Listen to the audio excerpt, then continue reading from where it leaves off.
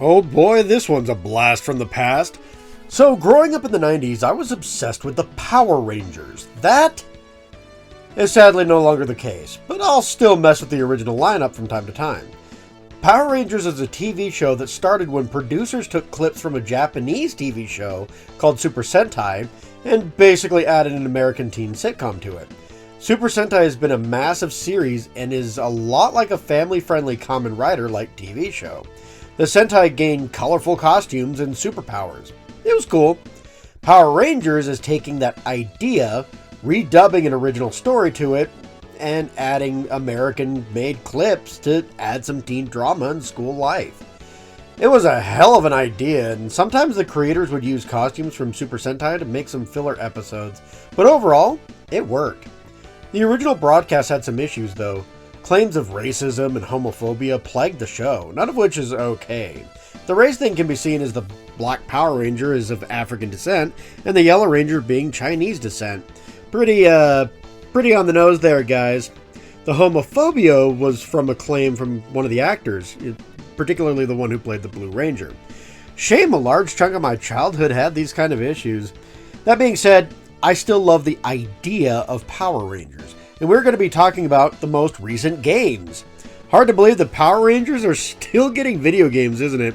2019 saw the release of Battle for the Grid, and 2024, that's right, just last year, saw the release of Rita's Rewind. It may have technically been last year that the game came out, but that was like in December, and it is currently February right now, so yeah, Rita's Rewind is only like 2 months old at the time of this video. As such, I'm going to be putting up a spoiler warning on that one in particular. Either way, it's morphin' time. Let's take on the Power Rangers. Round 1. So naturally, let's take a look at Power Rangers Battle for the Grid first. I'm not the greatest person when it comes to fighting games, so this is going to be a really casual look into the game.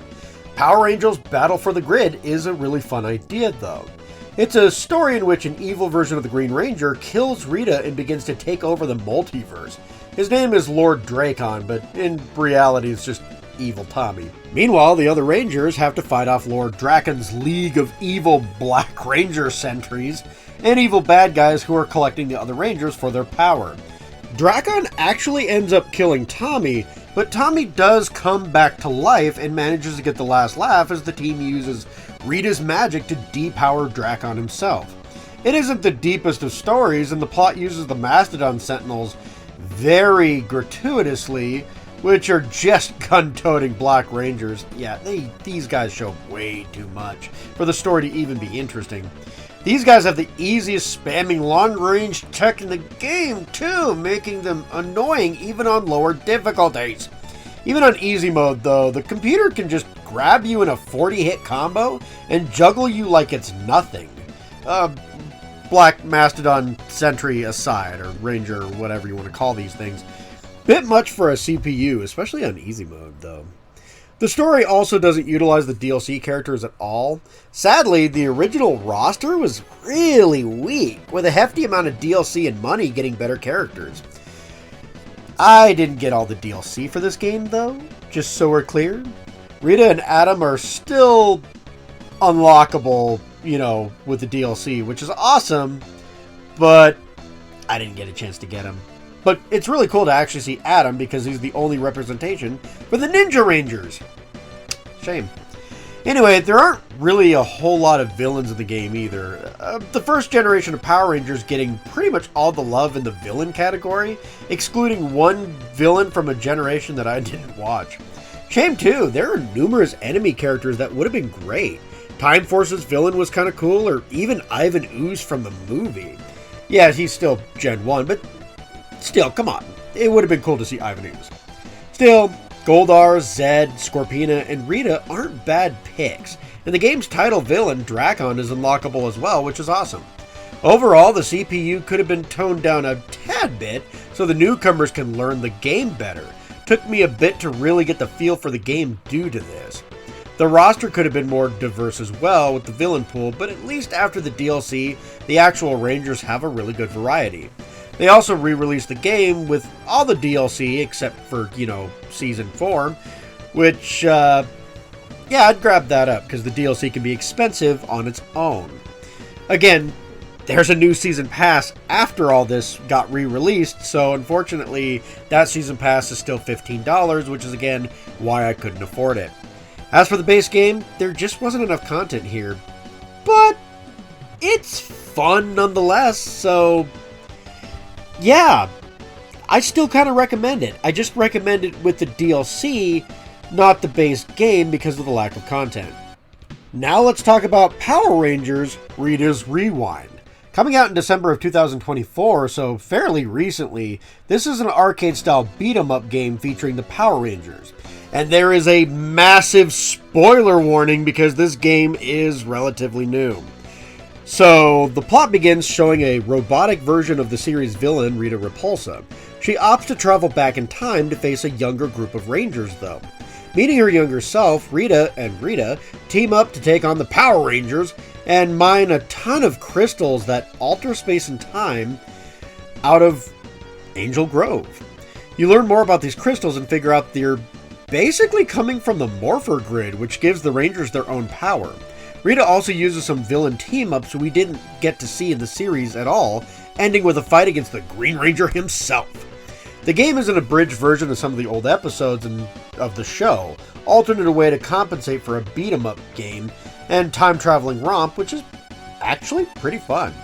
The idea itself comes from a TV special that the Rangers did recently, and is more or less following that up, which is also still a fun idea. You can speak to side characters from the series at the local juice bar as you hang out in Angel Grove, which is also a nice throwback. Honestly, I'm always a sucker for sprite-based graphics, and these graphics look great.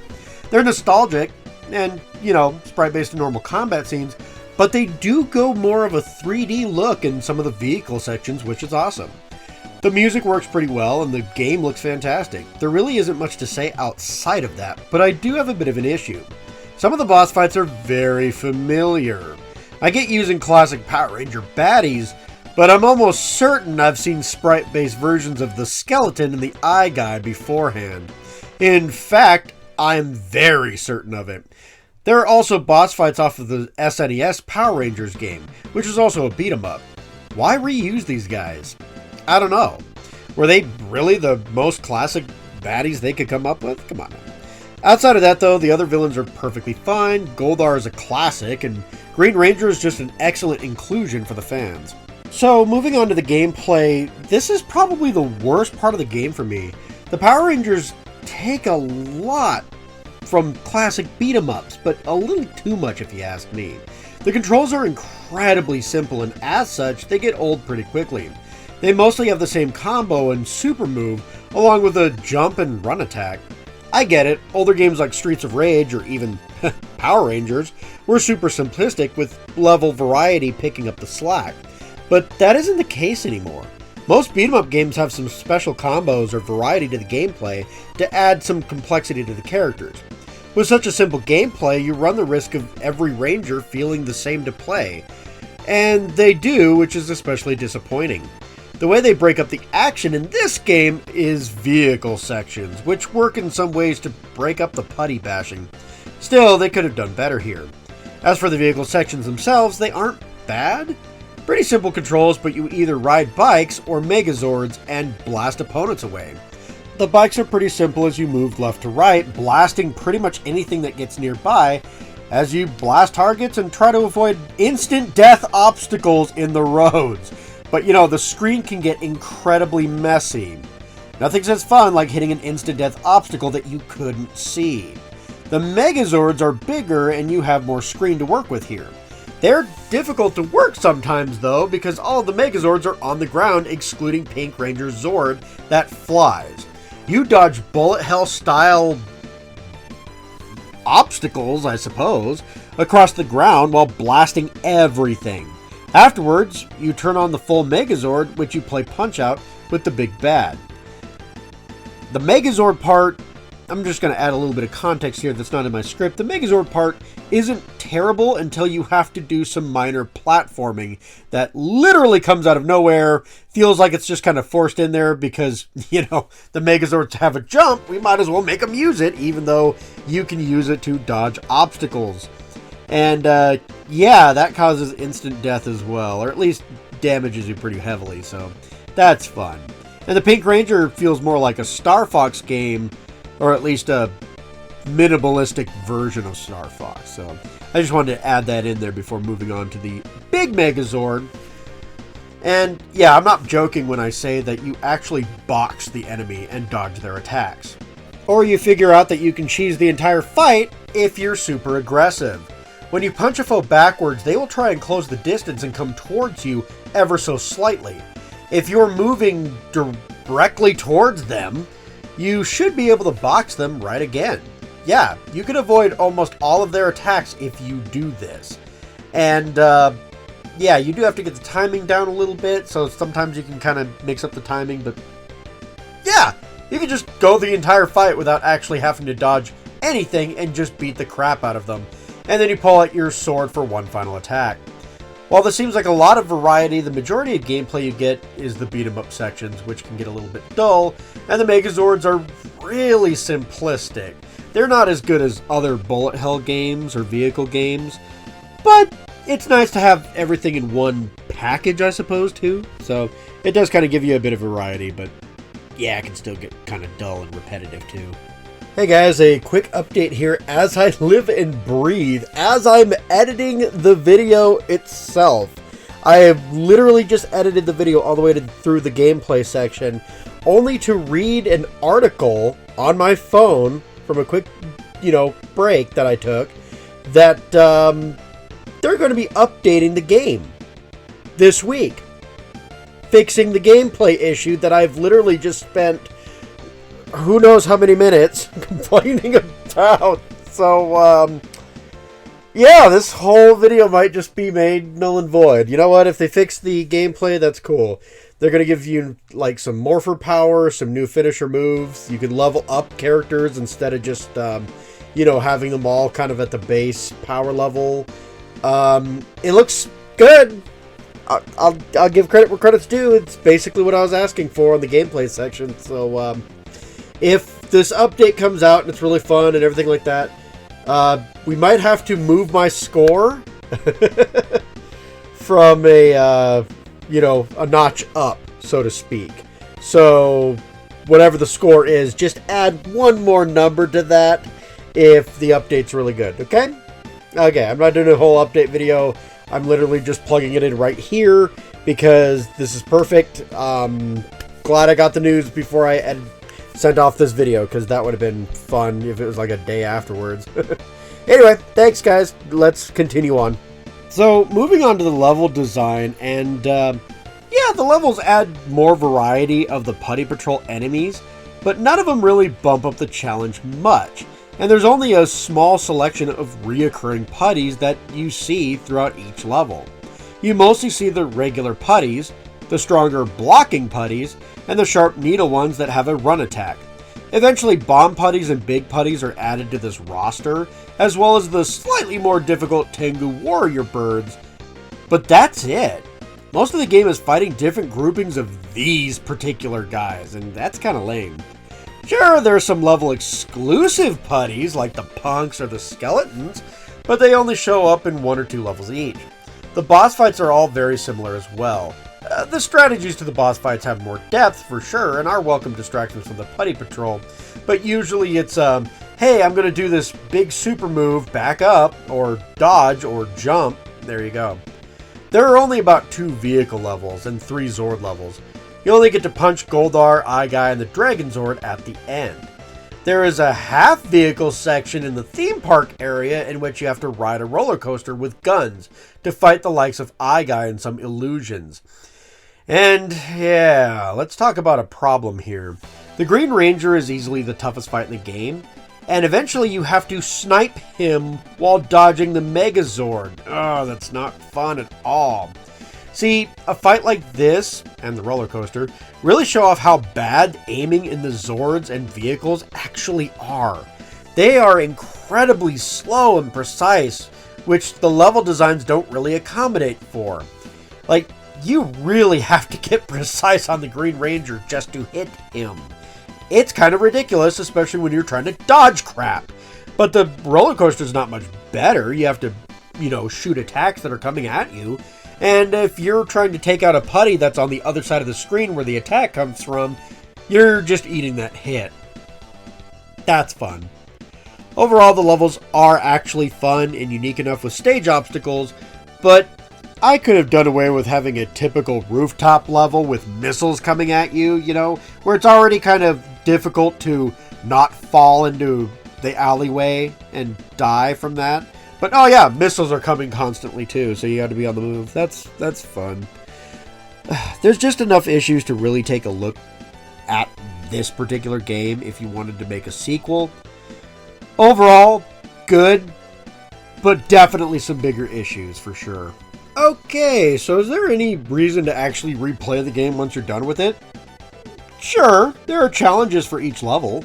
All the levels have a no death challenge, get S rank, and find all the secret collectibles.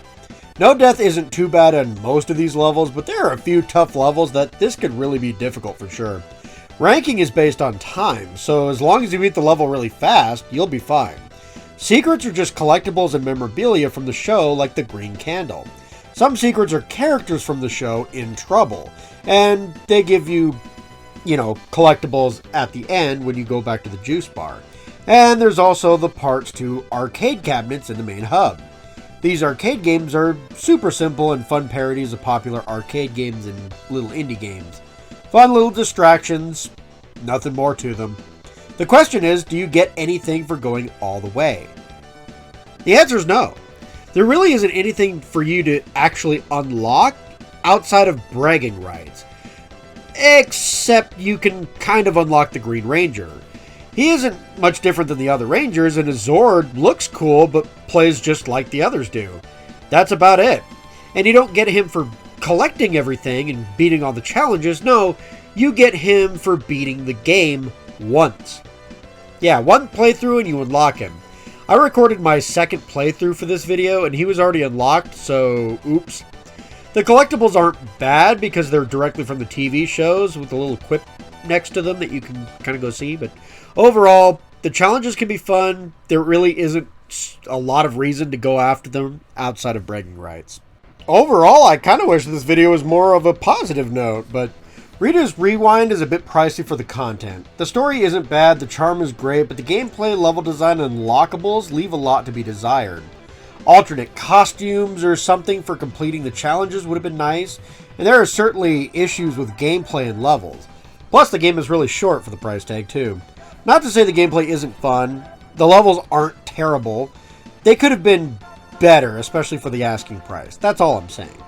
I'll put an example. Shredder's Revenge did much more for far less of an asking price. I found the gameplay and levels to be just a bit better in that game. The vehicle sections are neat, and it does set this game apart, but they have their own issues like aiming problems and dodging difficulty. Still, the game is fun overall and better with friends. I do recommend the game if you like Power Rangers and you want another beat 'em up to play. The game is good. Solid 7 out of 10 from me. And hopefully a possible sequel can iron out some of the issues I had playing. As for Battle for the Grid, the game... yeah, the base game could have used a lot more content before rolling out somewhat pricey DLC. These are $15 for 3 unlocked characters. It's a bit much. The story mode really needed some of this variety as well, as there's a lot of repeat fights with Goldar and the Black Ranger sentries. This gets old quickly. This is especially horrid as the Black Rangers spam their guns a lot. Ugh. Still, the combat is fun enough and the DLC does have some choice picks. Zed, the Wolf Warrior, along with some more of the original roster. Yeah, there's a great amount of actual Rangers in this fighting game. But again, this is only with the DLC in mind. I'd still recommend the game though. With Ryu and Chun-Li in the game, it's fun. And that's the point, right? It's fun. It just has some issues. Both games are fun actually, but both have room for improvements. Hopefully the future of Power Rangers in video games is still looking bright though. Still, Power Rangers had a robust history with video games too, so maybe eventually I'll come back for a round 2 and talk about some of the older games that I grew up with. But for now, that's all the time I have to talk about Power Rangers today though. If you like the video, like, subscribe, comment, and hit the bell for more live updates. All of this stuff really does help my channel grow, guys. And if you want me to tackle more games, this is how you do it. Take care, my minions.